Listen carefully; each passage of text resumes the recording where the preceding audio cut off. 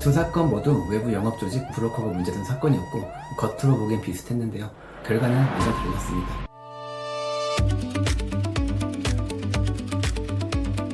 안녕하세요. 오승준 변호사입니다. 오늘은 환자 유인 알선 행위에 대해 말씀드리겠습니다. 특히 제가 직접 담당했던 안과 사건 두 개를 서로 비교해 볼 텐데요. 하나는 수사 단계에서 혐의 없음으로 종결된 사건이고 다른 하나는 재판까지 진행되어 유죄 판결에 나온 사건입니다. 두 사건 모두 외부 영업조직 브로커가 문제된 사건이었고 겉으로 보기엔 비슷했는데요. 결과는 완전 달랐습니다. 오늘은 두 개 케이스를 비교하면서 어떤 식으로 환자 유인 알선 행위, 범죄에 대처하면 될지 설명할 시간을 갖겠습니다.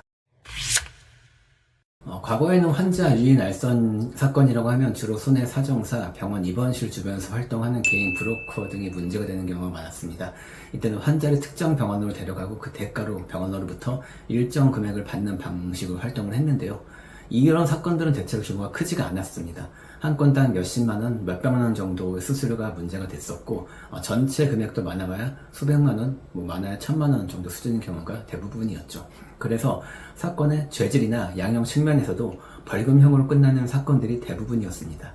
그런데 2020년 이후로 분위기가 많이 달라졌습니다.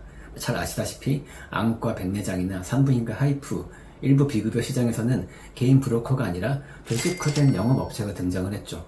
단순히 한두 명이 환자를 소개하는 정도가 아니라 주식회사 형태의 법인이 병원과 계약을 맺고 상담팀, 영업팀, 광고팀을 운영하면서 대량으로 환자를 유치하는 구조가 만들어졌습니다.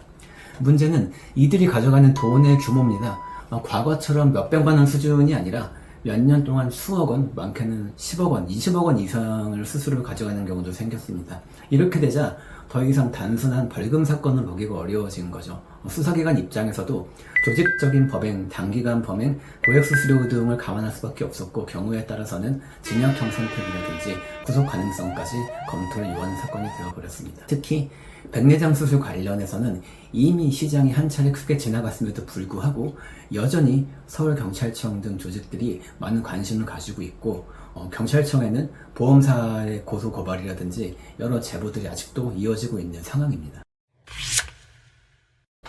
첫 번째 사건은 좀 특이했습니다. 브로커로 의심받던 사람이 본인의 영업활동을 블로그에 기록해둔 사건입니다. 병원 외부에서 활동한 내용, 환자들을 만난 내용, 병원을 홍보한 내용 같은 것들을 전부 다 기재해뒀습니다. 그러다 보니까 수사의 출발점부터 불리한 요소가 있었습니다. 이 사람이 병원을 위해 외부 활동을 한다는 사실 자체는 이미 오픈되어 있던 거죠.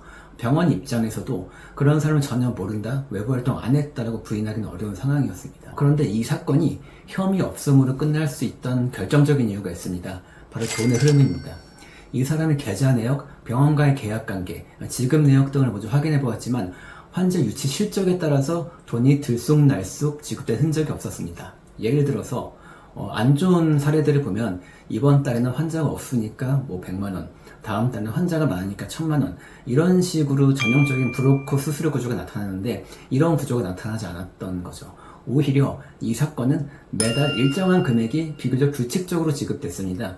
병원 입장에서는 이 사람을 외부 홍보 인력 또는 마케팅 담당자로 활용을 한 것이고 그에 대해 정액의 대가를 지급했다는 설명이 가능했던 것이죠. 물론 외부 활동이 있었다는 건 좋지 않은 정황이긴 합니다. 형사사건에서는 결국 환자를 소개하거나 알선한 대가로 돈을 지급했는가, 이게 핵심입니다. 이 사건에서는 그 대가 관계가 명확히 드러나지 않았던 겁니다.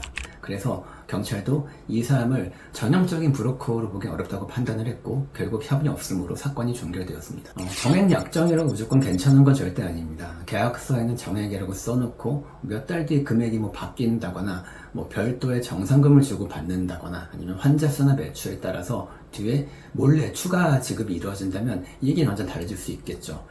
형식은 정액 계약이지만 실질은 환자 유치 실적에 따른 성과 보수라면 수사기관과 법원은 이를 환자 유인 알선 행위로 볼 가능성이 매우 커질 것입니다. 중요한 거는 결국 계약서의 제목이 아닙니다. 홍보 대행 계약서라고 쓰여 있건 아니면은 마케팅 대행 계획이라고 쓰여 있건 이런 것들이 핵심이 아니라 실제로 돈이 어떤 기준으로 지급되었는지, 환자 수술, 건수, 매출액과 지급액 사이 연동성이 있는지 이런 것들이 핵심이라 보시면 될 것 같습니다. 따라서 병원이 외부 업체랑 계약을 하실 때에는 최소한 다음 3가지 조건 정도는 조심하셔야 될 것 같아요. 일단 첫 번째로 환자 한 명당 얼마, 수술 한 건당 얼마, 매출의 몇 %라는 구조는 매우 위험한 신호라고 볼 수 있겠고요. 두 번째로 계약서에는 정액이라고 기재해 놨어도 실제 지급액이 매달 환자 실적에 따라 달라진다면 아주 위험한 구조를 볼 수 있겠고요. 카카오톡, 이메일, 엑셀, 정산표 등의 환자 이름, 수술 일자, 진료비, 수술료율, 지급액 그런 것들이 기재되어 있으면은 결정적인 증거를 뺏겼다라고 보시면 될 것 같습니다. 기본적으로 직원을 활용한 이런 오프라인 마케팅이 가장 논란이 많은 구조 중에 하나입니다. 예전에 대법원 판례를 보시면은 병원 직원이 외부로 나가서 병원을 홍보하고 건강검진을 안내한 사안에서 이를 곧바로 환자 유해 날선을 볼 수 없었다는 그런 사례가 있었습니다. 이 판례의 핵심은 이렇습니다. 의료기관에도 일정한 범위에서는 자신을 홍보할 수 있다는 것이죠. 병원이 스스로 환자에게 접근하는 행위를 금지할 수는 없다.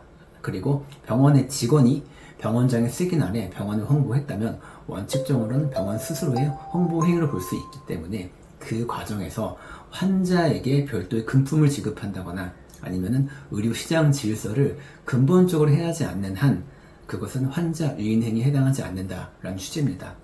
그런데 여기서 무조건 직원이면 괜찮다고 이해하는 것도 조금 곤란합니다. 직원인지 외부인지도 중요하지만 더 중요한 건 결국은 대가 구조라고 보시면 될 것 같아요. 그러니까 예를 들어서 병원 직원에게 기본급을 지급하고 그 직원이 병원 홍보 업무를 수행하는 것은 상대적으로 방어가 용이하죠. 그러나 그 직원에게 환자 한 명당 얼마, 검진 한 건당 얼마, 수술 매출의 몇 %를 인센티브로 주겠다 이렇게 약속한다면 상황이 완전 달라지는 겁니다. 직원이라는 형식을 갖추었다고 하더라도 실질은 환자 소개에 대한 브로커 수수를 평가할 수 있기 때문이죠.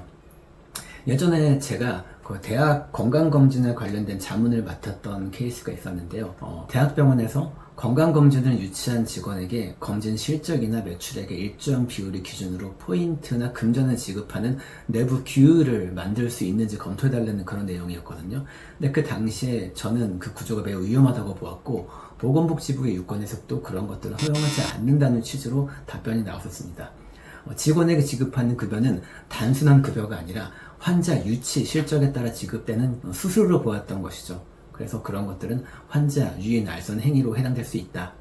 그래서 예컨대 건강검진센터처럼 외부 유치 활동이 활발한 분야에서는 이런 부분들을 매우 조심해야 될 것 같습니다.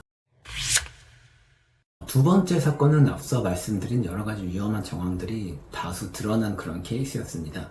병원과 불업체 사이에서는 계약서가 있었고 겉으로는 정액 마케팅 계약서처럼 작성이 되어 있었죠. 그런데 매달 그 금액이 변동이 있었던 거예요. 그러니까 병원은 수사 과정에서 우리는 매달 다른 광고를 의뢰를 했고 그랬기 때문에 지급액이 바뀐 것이다 라고 변명을 했지만 그런 것들이 좀 받아들여지지 않았죠. 계좌 내역을 확인해 보니까 매달 지급액이 계속 달라졌고 이 정도만으로도 의심받을 수 있었는데 결정적인 증거가 또 나왔던 것입니다.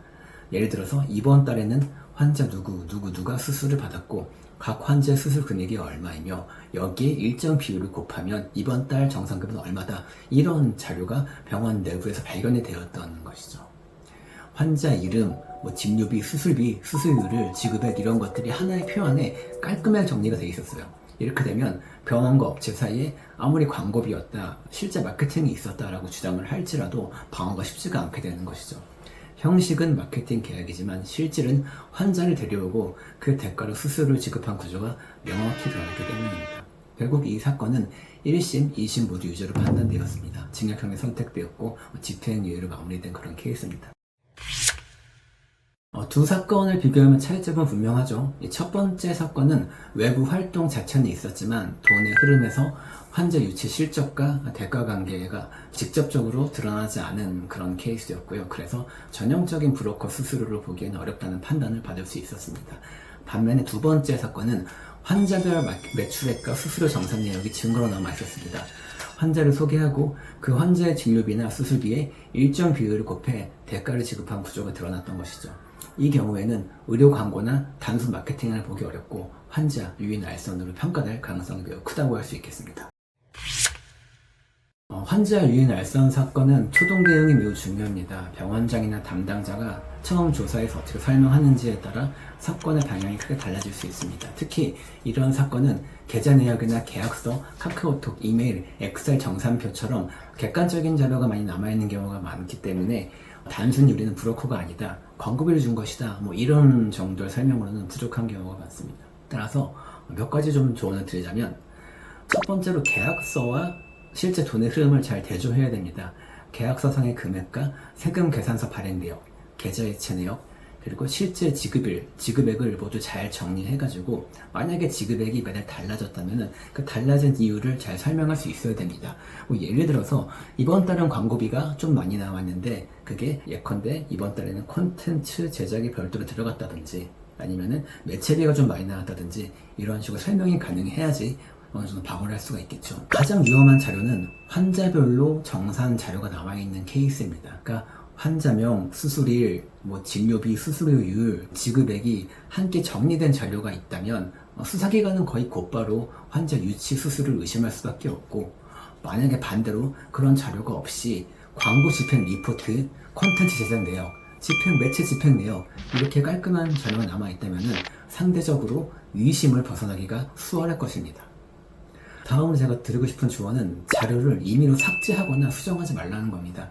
가끔 보면은 수사가 시작이 되면은 본인들에게 불리한 자료를 막 뒤늦게 지운다거나 예컨대 카카오톡 대화 내역, 이메일 이런 것들을 다 지우고 수정하는 케이스가 굉장히 많은데, 그러면 오히려 더 큰 문제가 발생할 수 있습니다.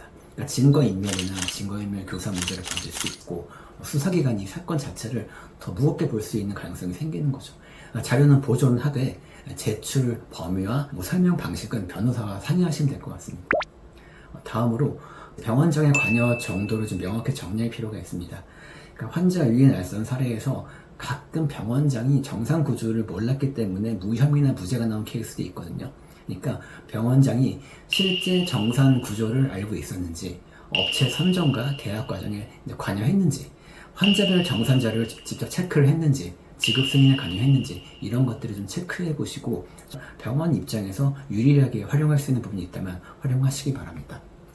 마지막으로 이 형사 사건만 보실 게 아니라 행정 처분까지 좀 멀리 볼 필요가 있어요. 그러니까 환자 유인 알선 사건은 당연히 의료인에게 면허 자격 정지까지 예정돼 있는 그런 사건이거든요. 그래서 수사 단계에서 어떤 처분을 받느냐가 앞으로 행정 처분에도 큰 영향을 미칠 수가 있습니다.